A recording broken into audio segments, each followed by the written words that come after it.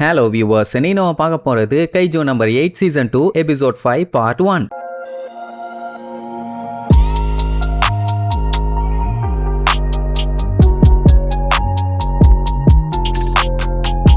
Open பண்ணா போன பார்ட்ல நம்ம ஐசாவோவை அந்த கைஜு மொத்தமா முழுங்கிருச்சு. அதுக்கப்புறம் நம்ம ஆளுங்க 3 பேரும் முக்கிய வெறித்தனமா அடிக்கிறத பார்த்துட்டு அது எஸ்கேப் ஆக ட்ரை பண்ணுச்சு. ஆனாலும் இவனுங்க விடாம அட்டாக் பண்ணுவானுங்க. அதுவும் திருப்பி குமாங்குத்து குத்திட்டு இருக்கும். இப்போ கிக்கருக்கு என்ன ஒரு கவலைன்னா, யாருமே தொட முடியாத அவ டேடிய அப்படியே அதோட பாடி ஆக்கிருச்சேன்னு சொல்லி தேம்பி அழுதுகிட்டு இருப்பான். அதனாலேயே அதை வெறிகொண்டு அட்டாக் பண்ணுவாங்க. எவ்வளவு அடிச்சாலும் வேஸ்ட். இதுக்கு முன்னாடி சண்டை போன போதே அவன் அவ்வளோ நேக்கா சண்டை போட்டு மெயின் டைரக்டரையே காலி பண்ணி அவன் பாடிக்குள்ள எழுத்து வச்சுக்கிட்டான். இனி இதுக்கப்புறம் தொட முடியுமா? அவனை எல்லாத்தையும் வெளுத்து வாங்கிட்டு இருக்கான். அதுவும் நம்ம கஃப்காக்கெல்லாம் மூஞ்சு அடி விழும். என்ன இருந்தாலும் நர்மி இவனு தானே சமாளிச்சாகணும். அந்த டைம் நம்ம ஐசாவோ குத்துன மாதிரியே கைஜு நம்பர் 8 9 ஸ்ட்ரெயிட்டா ஒரு பஞ்ச் வச்சுக்குவாங்க. இதுக்கு முன்னாடி நம்ம கஃப்கா அடிச்ச அடியில அது மொத்த பாடியும் பிச்சுக்கிட்டு போச்சு. ஆனா இப்போ கைஜு நம்பர் 8 கை டேமேஜ் ஆகி பின்னாடி தெரிச்சிருவான். சரி, 2 பேர்த்தையும் ஒரு வழியா டயர்ட் ஆக்கியாச்சு, இனி கிளம்ப வேண்டியதான்னு சொல்லிட்டு இருக்கும் போதே அதோட கை அப்படியே தனியா கழட்டி கீழே விழும். எல்லாம் நம்ம நர்மி பார்த்து விட்ட வேலை தான். இதுதான் நமக்கான கரெக்டான நேரம், கஃப்கா அட்டாக் பண்ணுன்னு சொல்லிட்டு அவன் போய் அட்டாக் பண்ணி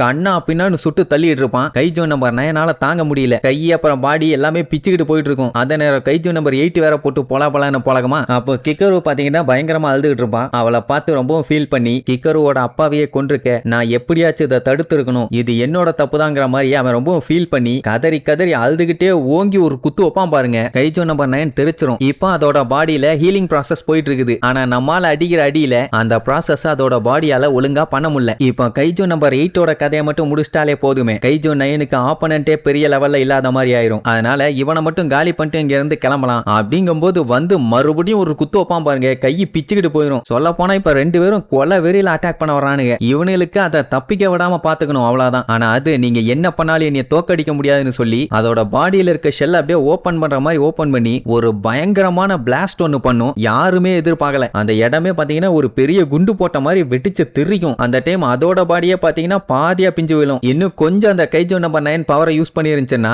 அதுவே செத்து போயிருக்கும். அந்த அளவுக்கு பவரை யூஸ் பண்ணிருக்குது. எப்படி அவனுக்கு 2 பேரும் காலியா இருப்பானுங்க. சரி, எஸ்கேப் ஆயிரலாம்னு சொல்லிட்டு திரும்பினா 2 பேருமே அங்க ஃப்ரெஷ்ஷா நின்னுட்டு இருக்கானுங்க. உனக்கு இன்னைக்கு டின்னு கட்டாம விட மாட்டோம்னு சொல்லிட்டு அட்டாக் பண்ண ரெடி ஆகும் போதே நம்ம நருமி அடுத்து என்ன அது பண்ண போகுதுன்னு கண்டுபிடிச்சிருவான். அடுத்த செகண்ட் நம்மளுக்கு 2 பேரும் கிக்கரு குருசு 2 பேர்த்தையும் காப்பாத்த ஓடுவாங்க. ஏன்னா அவன் பாடியை 2 பிரிச்சு அவங்க 2 பேர்த்தையும் அட்டாக் பண்ணுவான். அவங்க 2 பேரும் அங்க இல்லாம இருந்திருந்தாங்கன்னா நிலைமையே வேற. எப்படி காப்பாத்த போறத பார்த்த உடனே கைஜோ நம்பர் 9 பார்த்துட்டு, இந்த மனுஷ ஜென்மங்கள்லாம் வித்தியாசமா இருக்காங்க ஐயா, கையில கிடைச்ச என்ன விட்டுட்டு அவங்க போய் காப்பாத்த போறாங்க அப்படின்னு பயங்கரமா கிண்டல் வேற பண்ணிட்டு ஈசாவோ மாதிரியே மாறி, நான் போயிட்டு வரேன், உங்க எல்லாத்துக்கும் குதுபாய் அப்படின்ட்டு கிளம்பிடுவான்.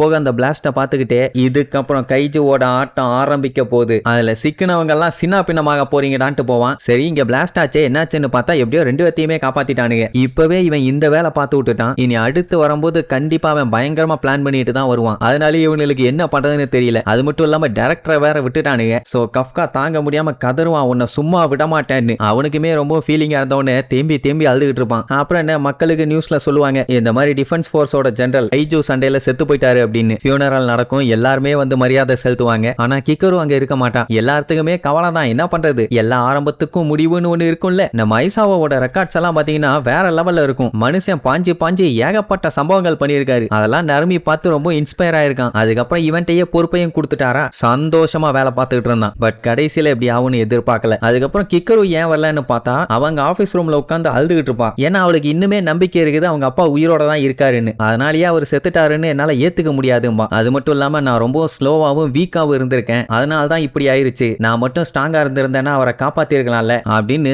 தேம்பி அழுவா. அதுக்கப்புறம் வெறித்தனமா சொல்லுவா, நான் எப்படியாச்சும் ஸ்ட்ராங் ஆகணும்னு. நருமையே ஒரு செகண்ட் அசந்துட்டான், இன்னும் இவளுக்குள்ள இவ்வளவு வெறியான்னு. இப்ப என்னன்னா கைஜு நம்பர் 9 தான் இவங்க அப்பா இருக்காரு. அதனால நானும் டிஃபென்ஸ் போர்ஸும் ஒன்னா சேர்ந்து அந்த கைஜுவை கொல்ற வரைக்கும் எங்க அப்பா செத்துட்டாருன்னு நான் ஏத்துக்க மாட்டேன் அப்படின்ட்டு திமிராவே சொல்லுவாளா. ஒரு கேப்டன்ட்ட இப்படி எல்லாம் பேசக்கூடாது, அதனால மன்னிப்பும் கேப்பா. அதெல்லாம் அவன் பெருசா கண்டுக்க மாட்டான். ஏன்னா அவனுக்கு தான் ஃபார்மாலிட்டிஸ்னாலே சுத்தமா பிடிக்காது. ஆனா ஒண்ணு மட்டும் உறுதியா சொல்லுவான், நான் உன்னை கண்டிப்பா ஸ்ட்ராங்கா மாத்துவேன். அண்ட் அது மட்டும் இல்லாம அடுத்த டைம் நம்ம சண்டை போடும் போது உங்க அப்பா ஐசாவோ என்ன சொல்லி கொடுத்தாரோ அது எல்லாத்தையுமே நான் உனக்கு சொல்லி கொடுக்க போறேன். அதை வச்சு உன்னை இம்ப்ரூவ் பண்ணிக்க, உன்னால என்ன பண்ண முடியுமோ நீ அதை பண்ணி காட்டு, அப்பதான் ஃபியூனரலுக்கு வராம இருந்ததுக்காக உனக்கு பனிஷ்மெண்ட் கொடுக்காம இருப்பேன், இல்ல ஓட ஓட விட்டு வாயிலே மிதிப்பேன்மா. மறுபடியும் கதறி கதறி அழுவான். இது எல்லாத்தையுமே கஃப்கா வெளியில நின்னு கேட்டுட்டு தான் இருப்பான். அந்த டைம் அவன் கையில பாத்தீங்கன்னா ஏதோ பிளாக் அடிச்ச மாதிரி இருக்கும். அது காயம் பட்டிருக்கா இல்ல ஏதாச்சும் உருமாறிட்டு இருக்கானான்னு தெரியல. கிளவுஸ போட்டு மறைச்சிட்டு நானும் பயங்கர ஸ்ட்ராங் ஆக போறேன், அது மட்டும் இல்லாம அந்த கைஜுவை கண்டம் பண்ண போறேன்ட்டு வெறியோட கிளம்புவான். அப்படியே கட் பண்ணா நம்ம ஐசாவுக்கு அடுத்த பொசிஷன்ல இருக்க